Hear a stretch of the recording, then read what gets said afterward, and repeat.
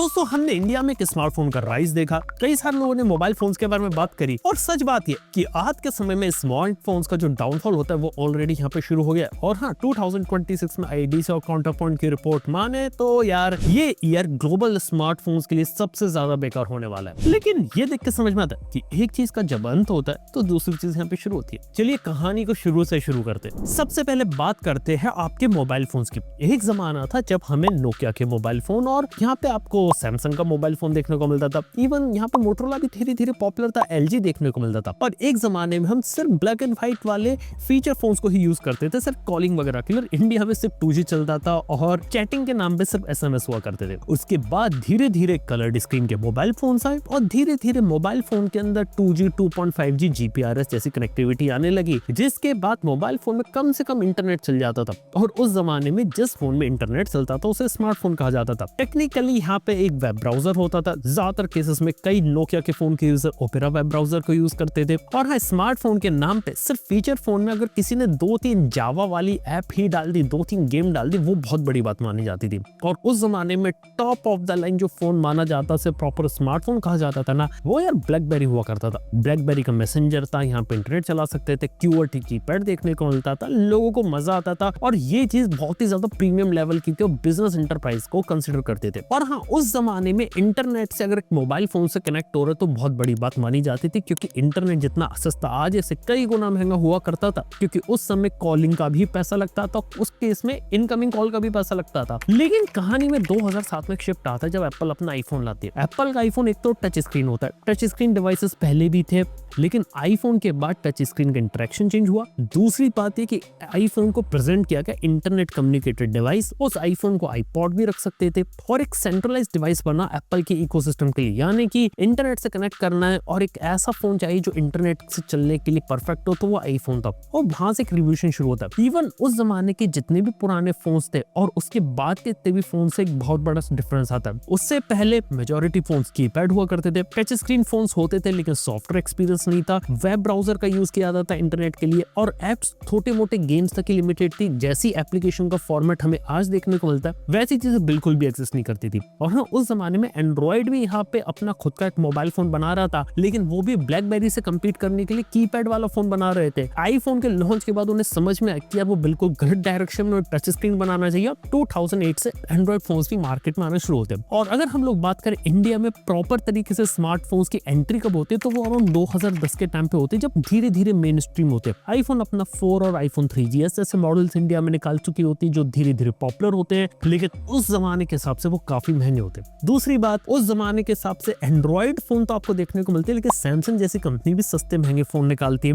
LG HTC जैसी company आपको देखने को मिलती है, पैनासोनिक का भी फोन देखने को मिलता है। यानी कि कई सारी कंपनी 2010 के बाद से इंडिया के मार्केट में अपने फोन्स निकाल रही होती है और हर साल मोबाइल फोन में कुछ ना कुछ मेजर चेंजेस हो रहे होते हैं। कई बार बेटर प्रोसेसर आ रहा होता है, कई बार बेटर बैटरी आ रही होती है, कई बार नया इनोवेशन आ रहा होता है, कई सारी चीजें मोबाइल फोन्स में चलती है। और 2010 से लेकर 2012 का समय ऐसा था जिसके बीच में कई सारी इंडियन कंपनीज, जैसे की बात करें माइक्रोमैक्स हो गई, लावा हो गई, लावा का एक और ब्रांड होता था, जोलो भी शुरू हो गया था एक जमाने में। यहाँ तक की बात करें लेवन थी, स्पाइस थी, इंटेक्स थी, आईबॉल देखने को मिलती थी। 70 से 80 इंडियन कंपनीज के ब्रांड्स आ गए थे यहाँ पे। और हाँ 2014 तक आते आते इंडिया के स्मार्टफोन में मार्केट में तकरीबन 300 से ज्यादा स्मार्टफोन ब्रांड्स थे और हर साल हर एक कंपनी पहले से ज्यादा फोन बेच रही थी। किसी भी कंपनी की सेल नहीं घट रही थी और मार्केट बिल्कुल फटी रहा था, क्योंकि पहली बार लाइफ में लोग के स्मार्टफोन को ले रहे थे, उनको यूज कर रहे थे, पहली बार व्हाट्सएप से कनेक्ट कर रहे थे, पहली बार एक्सप्लोर कर रहे थे गूगल प्ले स्टोर क्या होता है, जहाँ पे एप्स कैसे डाउनलोड की जाती है, मोबाइल फोन में आप अपनी पसंद का गेम कैसे डाउनलोड कर सकते हो। हर एक फीचर जो मोबाइल फोन फीचर फोन में पैसे दे के मांगा जाता था कि ये नया फीचर आए लेकिन इसके लिए आपको नया फोन खरीदना पड़ेगा, उस नए फीचर को लोग ऐप बना के अपने फोन में डाउनलोड कर रहे थे।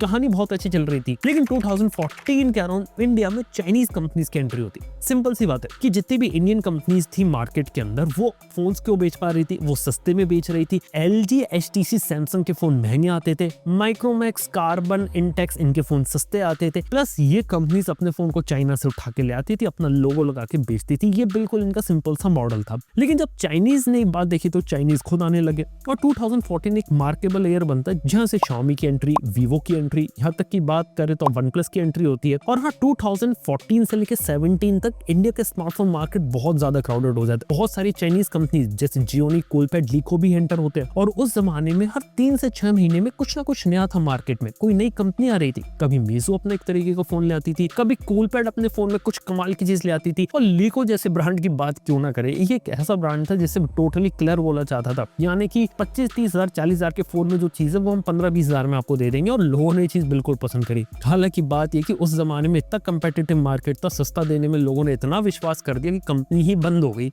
इवन कई कंपनीज ने तो मार्केटिंग पे इतना ज्यादा पैसा खर्चा कर दिया, अपने फोन को इतना सस्ते में बेचने की कोशिश करी कि उनके पास पैसे भी नहीं बचा, उन्हें इंडिया के मार्केट को क्विट करना पड़ा। ये भी बहुत सारी कहानियां चली थी 2016-2017 तक। लेकिन इस बीच के अंदर मार्केट के अंदर ज्यादा कंपटीशन आने से ज्यादा अच्छी क्वालिटी के मोबाइल फोन अवेलेबल हुए। लेकिन 2016 में एक और चीज होती है, वो होती है जियो के 4G की एंट्री। और जियो का जब 4G इंडिया में एंटर होता है तो उसके बाद सबसे पहले तो आपके इंडिया में जितने भी 3G फोन यूजलेस हो जाते हैं। और उस जमाने में सबसे ज्यादा 3G फोन आपके इंडियन फोन मेकर्स बेचा करते थे, जैसे माइक्रोमैक्स, कार्बन, लावन का मेजॉरिटी पोर्टफोलियो 3G हुआ करता था। लेकिन बात ये थी कि 3G फोन की डिमांड एकदम से कम हो गई, उन्हें 3G फोन बेचने थे। इस वजह से मेजॉरिटी जो इंडियन कंपनीज थी उनका सप्लाई 2016 से ही होना शुरू हो गया था, और 2017-18 तक ये लोग मार्केट से गायब हो चुके थे। इन्होंने कई फोन दोबारा से निकालने की कोशिश करी, लेकिन वो रिस्पॉन्स नहीं मिला। लेकिन मार्केट में कई सारी कंपनीज का मार्केट शेयर खा चुकी थी, और उनमें से कुछ प्राइम कंपनीज है जिन्हें हम आज भी देखते हैं। जैसे कि Xiaomi की खास बात ये मानी जाती थी कि जिस प्राइस में Xiaomi देता है उस प्राइस में कोई और अपनी कंपनी से फोन नहीं देता था, और ये चीज Xiaomi ने पिछले कई सालों तक चलाई। यानी कि पूरी Redmi Note सीरीज करी, Xiaomi के पूरे फोन्स आते थे, और Redmi के सीरीज के फोन्स पॉपुलर थे सिर्फ इसलिए क्योंकि सस्ते मिलता था, और Redmi के फोन्स सिर्फ सस्ते में आपको एक अच्छी क्वालिटी का प्रोडक्ट मिल रहा है उसी के दम पे जाने आते थे, और लोग उनके फोन को खरीदना बहुत पसंद करते थे, और कुछ ही साल में वो इंडिया में नंबर 1 बन गए थे। वहीं बात करें Oppo और Vivo की, इनकी कहानी तो बहुत इंटरेस्टिंग है। इन्होंने शुरुआत से ही हैवी एडवर्टाइजिंग और ऑफलाइन पे फोकस किया। इनका इतना बड़ा फोकस था कि बिफोर 2020 तक ऐसे मीम चलते थे कि इंडिया को अगर मैं स्पेस से देखूंगा ना तो यहाँ पे इसका कलर आपको ग्रीन और ब्लू दिखाई देगा, क्योंकि इंडिया में होर्डिंग तक Oppo और Vivo के होते थे। ये लोगों ने मार्केटिंग इस लेवल पे डीप कर दी, इस लेवल पे कमीशंस देने लगे स्टोर्स को कि इनका प्रोडक्ट ही मार्केट में ऑफलाइन में बिके, जिस वजह से ऑफलाइन में अच्छी खासी मोनोपोली इन्होंने बना ली। यानी कि Xiaomi ऑनलाइन में चल गया, कम प्राइस में अच्छा सामान दे दो, और Oppo Vivo हैवी मार्केटिंग कर लाइक करते चलेगा। और इसी बीच में कई सारी कंपनीज बीच में चाइनीज की भी खत्म हो गई, क्योंकि कई सारी चाइनीज कंपनीज ने सब कुछ करने की कोशिश करी, लेकिन किसी के पास कोई लॉन्ग लास्टिंग विजन नहीं था। और हाँ, 2020 तक यार ये चाइनीज कंपनीज ने बहुत कमाल कर रही थी, और इवन 16 से 20 की बात करें तो इनोवेशन भी पीक पर हो गया था इनका। जैसे कि एकदम से स्मार्टफोन बेजल-लेस होने लगे थे, पॉपअप कैमरा, स्लाइडर कैमरा आने लगा था। 2019 में तो आपको पहला फोल्डेबल फोन देखने को मिल गया था, पहला अंडर डिस्प्ले कैमरे का कंसेप्ट आ गया था, यहाँ तक कि अंडर डिस्प्ले फिंगरप्रिंट स्कैनर 2018 से ही मार्केट में आने शुरू हो गए थे। और telephoto lens, ultra wide lens, normal lens, 48 MP, 50 MP, 108 MP, ये सब 2019-20 तक सब कुछ हो चुका था। यानी कि जो चीजें अभी हम देख रहे हैं ये सब चीजें बहुत पहले हो चुकी थी 2020 तक, सारे मेजर इनोवेशन। इवन 2020 में तो पहला 5G फोन भी मार्केट में आ चुका था। एक्चुअली में ग्लोबल लेवल पे 2019 में आया था, इंडिया में 2020 में लॉन्च हुए थे इंडिया में 5G फोन। हालांकि उस जमाने में भी इस लेवल पे कंपटीशन था कि 5G कौन पहले निकालेगा, कौन सबसे ये फीचर सबसे पहले डाल कर देगा, कम डिस्प्ले सस्ते में कौन देगा, ये सारी चीजें चल रही थी। और इंडिया का मार्केट इतना कंपेटिटिव था कि हर एक इनोवेशन बहुत ज्यादा जल्दी हो रहा था, जिस वजह से जो इन कंपनीज का जो पीक होता है वो बहुत ही ज्यादा जल्दी अचीव हो गया था। और इन कंपनीज को एक बहुत बड़ा मेजर रोड ब्लॉक हिट करने को मिला 2020 में, जब पहली बार पेंडेमिक आया था, ग्लोबल सप्लाई चेन हर्ट हुई थी और चिप शॉर्टेज देखने को मिली थी, जिस वजह से इन कंपनीज को पहली बार बहाना मिला लिमिटेड सप्लाई का यूज करके प्रोडक्ट बनाने का और कीमतें हाइक करने का। और 2020 से ही कीमतें ज्यादा होने लगी, यानी कि 5G आ रहा था, चिप शॉर्टेज आ रही थी, सप्लाई चेन थी, ज्यादा टैक्सेस लग रहे थे, और कई सारी चीजों से धीरे धीरे अगर आप देखें तो 2020 के बाद फोन की प्राइसिंग धीरे धीरे यहाँ पे बढ़ने लगी थी। लेकिन एक बात बता सकता हूँ, 2020 से लेके 2022 का जो जमाना था ना, उस जमाने में ज्यादातर जो फोन लॉन्च हुए थे अगर आप ध्यान करेंगे तो उनमें कई बार बहुत सारे मेजर इश्यूज आए थे। चाहे ग्रीन लाइन के इश्यूज की बात करें या अराउंड 2020, 21, 22 के जो ज्यादातर फोन्स में देखने को मिला, कई सारे फोन्स में मदरबोर्ड डेड, कैमरा डेड के इश्यूज देखने को मिले थे। यानी कि कई सारी कंपनीज ने क्वालिटी कंपोनेंट्स यूज ना करते हुए अपने बेकार कंपोनेंट्स को यूज किया, वो भी सिर्फ इसलिए क्योंकि मार्केट में सप्लाई चेन कम थी। इस वजह से पुअर क्वालिटी हार्डवेयर को वाकई में यूज किया गया था। इस वजह से 2023 से पहले पहले के ज्यादातर फोन्स के अंदर चीजें काफी ज्यादा खराब हो गई थी। इवन 2023 में और 22 में एक इंटरेस्टिंग चीज हुई थी कि ग्लोबल लेवल पे सप्लाई चिप्स की काफी ज्यादा हो गई थी और ओवर सप्लाई में चले गए थे, जिस वजह से कंपनीज को मौका मिला थोड़ा और बेटर प्रोडक्ट बनाने का। और 2022 और 23 में बात करें तो 5G पहली बार अफोर्डेबल रेट 10,000 के रेट को टच करने लग गया था। इवन बात करें तो उस जमाने में एक मोबाइल फोन के अंदर ऐसा लगा था कि हाँ प्राइसिंग अब थोड़ी स्टेबल हो रही है और अराउंड 50-60,000 में एक अच्छा फ्लैगशिप फोन आपको मिल जाएगा। इसमें latest processor, latest RAM, latest camera देखने को मिलेगा और 20,000 रुपए तक बढ़िया सा मिड रेंज फोन मिल जाएगा जो 3-4 साल तक चलाने लगेगा। और अब तो ऐसा हालत होने लगी, धीरे धीरे कंपनी 3 साल सॉफ्टवेयर अपडेट, 4 साल 5 साल तक के सॉफ्टवेयर अपडेट प्रॉमिस कर रही है। और मोबाइल फोन भी बात करें तो धीरे धीरे उस लेवल का होता चला गया, जिस वजह से मोबाइल फोन के अंदर अब ऐसा नया क्या करे ये भी कंपनीज के लिए चैलेंजिंग चीज है। क्योंकि अगर आप देखें तो फंडामेंटल्स मोबाइल फोन के क्लियर है। जो 2010 से 2020 एक ऐसा पीरियड जब मोबाइल फोन तेजी से इवॉल्व कर रहे थे, वो 2020 तो उनका इवोल्यूशन उसके बाद धीरे धीरे कम हो गया, क्योंकि कैमरा जितना अच्छा कर सकते थे कर दिया। अब थोड़ा बहुत यहाँ पे इंप्रूवमेंट होता है। हाँ, बैटरीज में कुछ चेंजेस आए, जैसे आपको सिलिकॉन कार्बन बैटरीज देखने को मिली रिसेंटली, लेकिन ये भी चेंजेस कुछ सालों में ही देखने को मिलते हैं, कोई बड़ा चेंज नहीं आया। और अभी भी वो चेंज इतना मेन स्ट्रीम नहीं है कि सारी बड़ी कंपनीज उसे यूज करें। सैमसंग, एप्पल अभी भी सिलिकॉन कार्बन पे नहीं आ पाएंगे। यहाँ तक की बात करें तो बैटरीज के अलावा यहाँ पे मोबाइल फोन के चिप और प्रोसेसर काफी ज्यादा फास्ट हुए। यहाँ पे चार्जिंग के अंदर भी इंप्रूवमेंट आपको देखने को मिला, लेकिन हर एक चीज का जो पीक था वो बहुत जल्दी अचीव हो गया। यानी कि कैमरा हो गया, डिस्प्ले हो गया, 10 बिट डिस्प्लेस हो गए, आपकी हर एक चीज धीरे धीरे एक पीक को अचीव करती चली है। और यही पे एक प्रॉब्लम आ गई, अब कंपनीज के पास ऐसा कुछ यहाँ पे बचा नहीं है जिसको दिखा के आपको एक नया फोन बेचा जा सके। हाँ, कुछ क्रेजी कंसेप्ट आते हैं, लेकिन कई सारी कंपनीज क्रेजी कंसेप्ट को ट्राई करने से बचती है। जैसे कि यहाँ पे एप्पल को लगा था एक पतला आईफोन बन जाएगा, तो आईफोन एयर निकाला, आईफोन एयर नहीं बिका। सैमसंग ने वो देख के पहले ही अपना S25 था, सैमसंग का S25 भी नहीं बिका। इवन अंदर की बात बता रहा हूँ, सैमसंग का ट्राइफोल्ड भी वन ऑफ डिवाइस है जो बोला कि इस साल हमने निकाल दिया, अब आगे आएगा कि नहीं आएगा ये सैमसंग को भी नहीं पता है कि बनाना है कि नहीं बनाना। यानी कि वो बना सकते तो एक बार ट्राई करके उन्होंने देख लिया, लेकिन कोई चीज नहीं कि बिल्कुल मोबाइल फोन की इंडस्ट्री को शिफ्ट कर दे। यानी कि जो इनोवेशन एक जमाने में हो रहा था ना हार्डवेयर लेवल पे, वो एकदम से बिल्कुल रुक गया। और कुछ चीजें होंगी लेकिन कितनी चीजें स्टिक करेंगी ये बात है। क्योंकि सच में बताता हूँ, अराउंड 2015-16 तक मैं आपको सच बता रहा हूँ, मार्केट में कई सारे फोन्स थे जिनको लिटरली कचरा फोन बोला जा सकता था। 2026 में जब मैं बात करता हूँ ना 10 साल के बाद, तो यहाँ पे कचरा फोन नाम की कोई चीज नहीं है। आपका फोन कोई भी प्राइस पॉइंट पर कोई भी फोन उठा लो, मैं सच बोल रहा हूँ, एक अच्छा प्रोडक्ट मिलेगा। लेकिन वो उस प्राइस पॉइंट को डिजर्व करता है कि नहीं करता, उसमें क्या प्रोज है, क्या कॉन्स है, और वो ओवर प्राइस्ड है कि नहीं है, ये चीज डिबेटेबल हो सकती है। लेकिन आप ये नहीं समझ सकते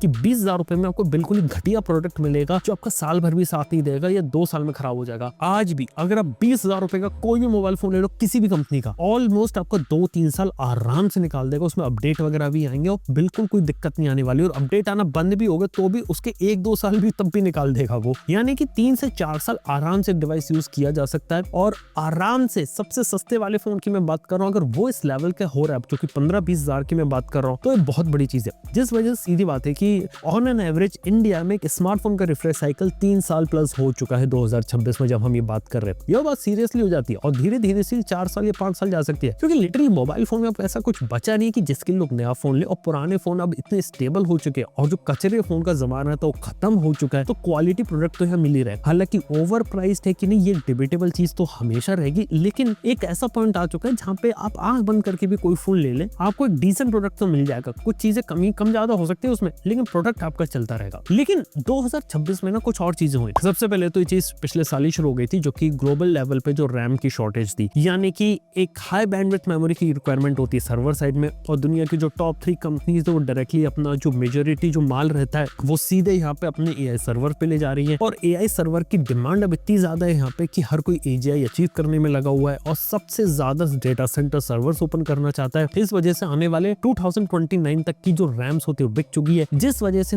इंडस्ट्री के ऊपर नेगेटिव इंपैक्ट ये पड़ रहा है स्मार्टफोन के ऊपर कि अब डिमांड एआई की प्रायोरिटी ज्यादा है और एआई एक सेंटर स्टेज ले लिया कंज्यूमर हार्डवेयर में, और जो आपका स्मार्टफोन था उसने बहुत छोटी चीज ले लिया, क्योंकि स्मार्टफोन से कंज्यूमर प्रोडक्ट है, वहां पे इतनी ज्यादा प्राइसिंग पे नहीं खेल सकते हो। जहाँ पे एआई कंपनी के पास अनलिमिटेड मनी है वो कुछ भी यहाँ पे कर सकते हैं, और यही चीज देखा जाए तो आपके स्मार्टफोन और पूरी कंज्यूमर इलेक्ट्रॉनिक इंडस्ट्री को इम्पैक्ट कर रही है। कहने की बात है कि 2026 के लॉन्चेस आपने देखी, सबके सब महंगे फोन लॉन्च हो रहे हैं। इवन जो फोन पिछले साल सस्ती कीमत में लॉन्च हुए थे उन फोन की कीमत अब बढ़ रही है, और जो बजट फोन 10,000 15,000 के 1,000-2,000 रुपए उनकी कीमत बढ़ रही है। मतलब पहले ऐसा होता था ना कि मोबाइल फोन लॉन्च होगा फिर वो कम कीमत पे मिलेगा, फिर उस पर डिस्काउंट का हम खरीद लेंगे। नहीं भाई, अभी फोन लॉन्च हो रहा है वो ज्यादा कीमत करेंगे हम उसकी, बेचेगी और जब डिस्काउंट आएगा तो हम उस प्राइस पे बेचेंगे जिस प्राइस पे वो लॉन्च हुआ था। यानी कि लोगों को कोई चीज सस्ते में मिल ही नहीं रही और इस चीज से भी जो लोग हैं वो समझ रहे हैं कि अब मोबाइल फोन को शायद खरीदने की कोई ऐसी जरूरत नहीं है, क्योंकि इतना ज्यादा पैसा वो हर बार दे नहीं सकते। ये एक सबसे बड़ी चीज है और इसका नेगेटिव इम्पैक्ट ये पड़ रहा है बिल्कुल ही जो बजट फोन से बिल्कुल खत्म होने के कगार पर है, क्योंकि कंपनीज बजट फोन पे मार्जिन कम होता है और 500 से 1000 रुपए 10,000 रुपए के फोन बढ़ा देंगे तो उनका मार्केट चले जाएगा, जिस वजह से बजट फोन बनाना यानी कि 10,000 या उसके नीचे काफी डिफिकल्ट हो रहा है। और जो कंपनीज यहाँ पे 10,000 15,000 के नीचे काम कर रही थी उनको बहुत ज्यादा स्ट्रगल फेस करना पड़ेगा। ये चीज है। हालांकि कहानी में ट्विस्ट तो ये है कि यहाँ पे सबसे ज्यादा प्रॉफिट जिस कंपनी का यहाँ पे एग्जैक्टली में हो रहा है वो है एप्पल। एप्पल की बात ये है कि एप्पल सबसे ज्यादा पैसा इंडस्ट्री में बनाती है। इंडस्ट्री का स्मार्टफोन का 80% प्रॉफिट मार्जिन सिर्फ एप्पल खा रही है। तो एप्पल के पास इतना मार्जिन है कि एक साल तक तो जो एआई से जो रैम प्राइसेस हाइक हो रही है वो तो वो एब्जॉर्ब कर सकते हैं, क्योंकि फोन की कीमत इतनी ज्यादा उन्हें इतना ज्यादा फर्क नहीं पड़ता। हालांकि लॉन्ग रन में उन्हें भी कहीं ना कहीं इंपैक्ट इधर पड़ेगा। दूसरी चीज इधर ही है कि आईफोन इंडिया में हिट होना तो एक नेक्स्ट लेवल की चीज है, क्योंकि इंडिया में जहां बाकी कंपनीज अब मार्केट जब शिफ्ट हो गया तो लोग धीरे धीरे प्रीमियम फोन के ऊपर भागने लगे और आज के समय में ऑन एन एवरेज लोग 25 से 30,000 रुपए का फोन खरीद रहे हैं। और इवन ये भी बोला जाता है तो 70 to 80% आईफोन्स इंडिया में बिकते हैं, वो भी ईएमआई के दम पे होते हैं, क्योंकि ईएमआई एक ऐसा साख ही साबित हुई जिसने एप्पल को बहुत हेल्प करी। देखो एप्पल जो ऐसी कंपनी थी हमेशा से एस्पिरेशनल थी, लेकिन उसके साथ बात ये थी कि आईफोन्स की अवेलेबिलिटी नहीं थी, आसानी से आईफोन मिलता नहीं था, महंगा मिलता था और उससे लोग ले नहीं पाते थे। एप्पल इंडिया में अपना स्टोर लाता है, रिटेल प्रेजेंस लेकर आता है, रिटेल स्टोर्स ओपन करता है, थर्ड पार्टी स्टोर के साथ पार्टनरशिप करता है ताकि लोगों के पास कम से कम आईफोन खरीदने का ऑप्शन हो। आज के समय में ब्लिंकिट जैसी ऐप पर भी आईफोन अवेलेबल है, 10 मिनट में आप खरीद सकते हो। ये बात रखी उन्होंने। उसके बाद ये रखा कि आईफोन के ऊपर डिस्काउंट अगर ऑफर लेकर आए तो लोग उससे अट्रैक्ट होते हैं, जिस वजह से फ्लिपकार्ट के बिग बिलियन डे में एंड्रॉइड यूजर 50,000 रुपए के आईफोन के पीछे भागने लगते हैं। और कहानी तो आ रहा है, सुनो, आईफोन भले लोगों को 60-70 हजार का महंगा लगे, लेकिन जब ईएमआई स्कीम दी तो लोग सोचते हैं कि महीने के 3-4 हजार रुपए में दे दूंगा, लेकिन आईफोन तो आएगा मेरे पास। इस चीज पे एप्पल खेल गया और इस चीज पे इस लेवल पे खेल गया एप्पल की आज के समय में एप्पल कुछ भी निकाल दे वो उसका बिक जाता है। और ये चीज एप्पल के लिए कई सारी अच्छी बातें बन के आगे, यानी कि एप्पल तो बिल्कुल स्मार्टफोन में अगर बोलूं तो किंग है, इंडिया में भी किंग बनता जा रहा है। और हाँ, इंडिया में भी वीवो और ओप्पो जैसी जो कंपनीज ऑफलाइन में पुश कर करके अपने महंगे फोन्स को प्रीमियम कर करके भी धीरे धीरे यहाँ पे पुश कर रहे हैं। वहीं Xiaomi जैसी कंपनी का हाल मेरे को बिल्कुल समझ में नहीं आता। एक टाइम पे बहुत ही अच्छा करते थे, लेकिन आज के समय में Xiaomi बिल्कुल मार्केट से धीरे धीरे गायब होता जा रहा है। Realme जैसी कंपनी पीछे खिसकती चली जा रही है, OnePlus जैसी कंपनी लगातार 10th पोजीशन पर खिसक रही है। तो ये एक सरप्राइजिंग चीज है, यानी कि अब मार्केट है ना काफी मेच्योर फेज में चला गया और काफी ज्यादा मेच्योरिटी उसने अचीव कर लिया। और मोबाइल फोन कंपनीज के पास ये है कि किसी भी तरीके से लोगों को मार्केटिंग या ईएमआई करके उनको हमें नए फोन यहाँ पे बेचना है। इवन एप्पल के पास भी हर साल उसके बाद दिखाने के लिए काफी कम चीजें रहती है, तो वही पुराना आईफोन कई बार रिपीट करता रहता है, तो वो एक एप्पल के साथ है। लेकिन अब बात आता है कि 2027, 28, 29 में क्या होगा, यानी कि 26 से अगर हम स्टार्टिंग करें, इवन खास तौर पर 2027 से, तब शायद रैम और चिप्स की जो सप्लाई हुई है थोड़ी बहुत यहाँ पे स्टेबल वगैरह हो जाए। उस वजह से हम कई सारे हार्डवेयर में इंप्रूवमेंट यहाँ पे देखेंगे और इवन सॉफ्टवेयर लेवल पे इंप्रूवमेंट देखेंगे। और अब जो नया इनोवेशन आएगा वो ऑब्वियसली एआई में आएगा, यानी कि एआई फोन का नाम तो अब आना शुरू हो गया सैमसंग की तरफ से, लेकिन एक्चुअली में जो एआई फोन्स आते हैं ना वो रियलिटी में आएंगे, यानी कि कुछ समय के बाद आपको रियलिटी में एक ऐसे फोन्स देखने को मिलेंगे जो एग्जैक्टली में जो लोकल मॉडल होता है वो मोबाइल फोन में रन करेंगे। इवन जो हम लोग जंग करते रहते हैं ना कि कौन सा यूआई अच्छा, वन यूआई अच्छा, कलर ओएस अच्छा, ऑक्सीजन ओएस अच्छा है या फिर वीवो का ओरिजिन ओएस अच्छा है, शायद ये जंग भी फ्यूचर में खत्म हो जाए, क्योंकि आपको शायद फ्यूचर में जनरेटिव यूआई जैसी चीज देखने को मिलेगी, यानी कि जिस तरीके का आप यूजर इंटरफेस चाहो वैसा एआई आपको जनरेट करके देगी। गेम्स में भी बस बेसिक कोड आएगा, पूरा का पूरा गेम का जो यूआई और जो पूरा एनिमेशंस होते हैं वो सब एआई के थ्रू रेंडर किए जा सकेंगे। एआई का यूज करके आप हर एक चीज को एनहेंस कर पाओगे। और एआई एजेंट्स भी एक ऐसी चीज हो कि लोग शायद एप्लीकेशंस को भी डाउनलोड ना करें, डायरेक्टली एआई को भी यूज करें। लेकिन हाँ, इस तरीके का जो नेक्स्ट स्टेप होता है स्मार्टफोन से एआई फोन का, ये शायद आने वाले 2-3 साल में आपको देखने को मिलेगा। इवन खुद काल पे का बोला है कि शायद एक एआई पावर्ड ओएस भी मार्केट में आ सकता है, जो कि बिल्कुल एंड्रॉइड या आईओएस का एक तीसरा अल्टरनेटिव हो, या फिर ये हो सकता है कि दोनों ही अपने आप को एक एआई पावर्ड ऑपरेटिंग सिस्टम में डेवलप कर ले। ये चीज 2028-29 में हो सकती है। इसके अलावा एक और कैटेगरी ग्रो कर सकती है जो हो सकती है एआई हार्डवेयर की। एआई हार्डवेयर कैसी कैटेगरी रहेगी कि मोबाइल फोन तो है, लेकिन आप ऐसी चीज जो पहन सकते हो, इसके साथ कॉन्स्टेंटली आप एआई से इंटरेक्ट कर सकते हो, बात कर सकते हो। इस चीज पे काम हो रहा है। ओपन एआई के मल्टीपल प्रोडक्ट्स हैं जो ऑलरेडी बना रही है, 2027 से मार्केट में आना शुरू हो जाएंगे। इवन एप्पल 2028 टारगेट कर रही है कि अपने AI ग्लासेस निकालेगा, AI की एयरपॉड्स निकालेगा। ऐसे मल्टीपल प्रोडक्ट भी एप्पल ट्राई कर रही है। यानी कि मैं बोल रहा हूँ 2026 में स्मार्टफोन्स इंडस्ट्री तो डिक्लाइन मारेगी और धीरे धीरे फॉल होगा, लेकिन यहाँ से जो अगली जो इंडस्ट्री होगी वो होगी आपकी AI वाले हार्डवेयर की। अब उसमें AI smartphone, AI phone, AI hardware कुछ भी हो सकता है, लेकिन ये सब चीजें बिल्कुल ही राइज करेंगी। और 2026 से लेके 2030 एक ऐसा ईयर होगा जिसके अंदर ट्रायल एंड एरर पे चलेगा। यानी कि कंपनीज कुछ निकालने की कोशिश करेंगे, अभी चीज चलेगी नहीं चलेगी ये बात है, लेकिन ये कुछ है ना आपके 2007, 8, 9 वाली बात है। यानी कि 2007 में हम एक ऐसा आईफोन आया था, इसने पूरी डायरेक्शन बदल दी स्मार्टफोन इंडस्ट्री की। वैसे ही AI के आने के बाद भी अब AI प्रोडक्ट्स जब आएंगे हार्डवेयर में तो उसके बाद पूरी डायरेक्शन बदलेगी और कंपनीज अब धीरे धीरे इनोवेशन करेंगे और ये चेक करने की कोशिश करेंगे कौन चीज मार्केट में टिकती है नहीं टिकती। यानी कि एक जमाना था ना कि मोबाइल फोन में आपको पॉपअप कैमरा, स्लाइडर कैमरा है और अंडर डिस्प्ले कैमरा मिल रहा है। यानी कंपनीज अपने हिसाब से अलग अलग एक्सपेरिमेंट करके ये कोशिश कर रही थी चेक करने का कि मार्केट में कौन सी टिकती, कौन सी चीज फेल होती है, जिस वजह से वो लोग ये डिसाइड कर पाए कि फ्यूचर में क्या प्रोडक्ट निकाले, वो प्रोडक्ट निकाले जो मार्केट में ज्यादा बिक सके।